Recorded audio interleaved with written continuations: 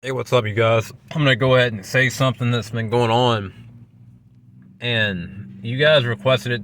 I actually put a video up on Hockey Cowboy, so yeah, that. And then I was gonna probably put this on Ford Cam One, but here's like the similar problem I've actually had with this car compared to the Mustang that you guys remember probably like some years ago and all that.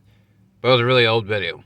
But the thing about that Mustang actually had was the leaking gas tank, and it did smell like gas.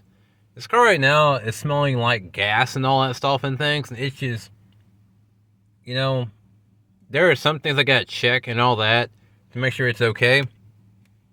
But the whole thing about it, whenever your car smells like gas or something like that, it's not very good. And, you know, there are some things in this car I really just do not have any idea about and all that, but these newer cars, my biggest thing about them, that they are so complicated. It was just leaking gas up and around the mom's driveway, and the fact that ended up getting key litter. Next, get the stuff up. But you know, here's the part about it. I really just don't want to end up sound like I'm making some bad comments or anything. You know, here's one thing I really can tell you guys: don't ever do. Don't ever overfill your gas tank or anything. But I don't know what caused it to do that. Meaning about, I don't know if the sills and all that are bad, and or something cracked on it. And also, I know that. And then, sometimes they also bring up the fact it can smell like gas because the cap is not on there good. And I know these caps and stuff you have up on your cars or trucks or whatever, they wear out. And there could be something else up on here. It might be a coil pack, something like that. I don't even know.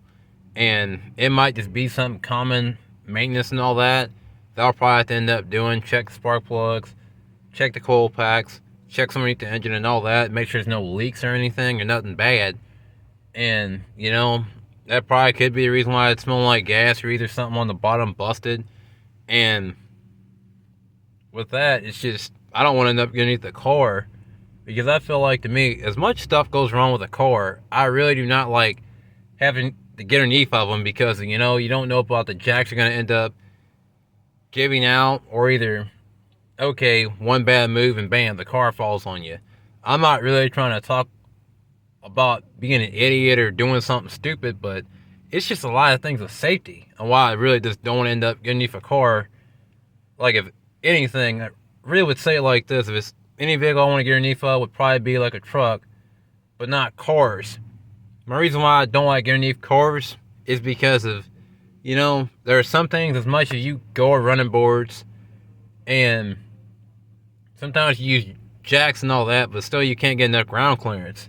That's something there. But then, some people manage to end up changing their own oil, but then yet it's just, you have ramps, you have jacks, and the clearance is the biggest thing about it. As much as you put them on all fours on the ramps, or either sometimes some people nose forward and all that, that's the way they can end up changing the oil and all that. Some of these small trucks still need more clearance just to get underneath of them and do most work. But, I really would say that going to a shop and stuff, because it's a newer car, I might spend like a lot more up out of this stuff. And then, cars are really expensive to work on. And the fact that it's an import car, it could end up costing more than an American made car. Probably depends on where I'm going and stuff and things. But I swear I'm not really enjoying having a imported car or all that. I know Nissan, they have plants in the United States, but I don't know what their agreement is and all that. And I am not really too familiar with these import cars at all. And the fact of how I'm bringing that up, I don't like having something that's just built cheap. You break stupid parts.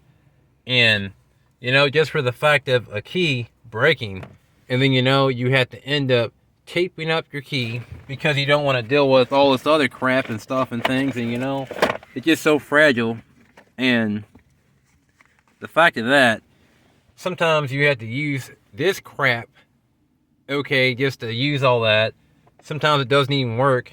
And whenever you have to work, I really be honest and say this as a fact. Sometimes your key ring breaks and you have to tape up your key. And would I want to spend $300 for a key? No. I don't want to pay all that much, and who knows how long the vehicle might last. But, it's just with everything else, I'll be honest. I might have had some other stuff going on, but here's the thing that I really would say that actually caused me not to really be uploading as much lately. It's just, you can end up doing so much for other people and not ever have time to do what you gotta do yourself and things. And, some things have changed and all. And, I'm trying to end up going to one thing, going to another thing, and trying to get that one figured out because, I'd rather take care of my important stuff before doing YouTube sometimes. Meaning by something that can end up putting me in a better position to do better up on here and stuff with content. Maybe some other stuff and things. I'm not going to go too much into details about it, but the thing about it, I just don't want people thinking that, okay, I'm daddy's money, I'm actually working a job, and I don't want other people getting up on here saying, I feel sorry for this guy or anything. I don't want to hear that kind of stuff. And, as much as I make my own mistakes with my own vehicles or anything, all that, I really would just be honest and say this. Hopefully you guys learn from my own mistakes and don't do probably some of the stupid stuff I've actually done before. But the whole thing I really also say, do not ever disconnect your air intake hose and think if it's like has a mass flow sensor, you bypass the mass flow sensor, think it's going to run right? No. The vehicle has no idea how to process the fuel and all this other stuff and things, and bam, you could just end up creating yourself some problems. And, what else I really would say that I've had to end up doing myself, putting stuff together.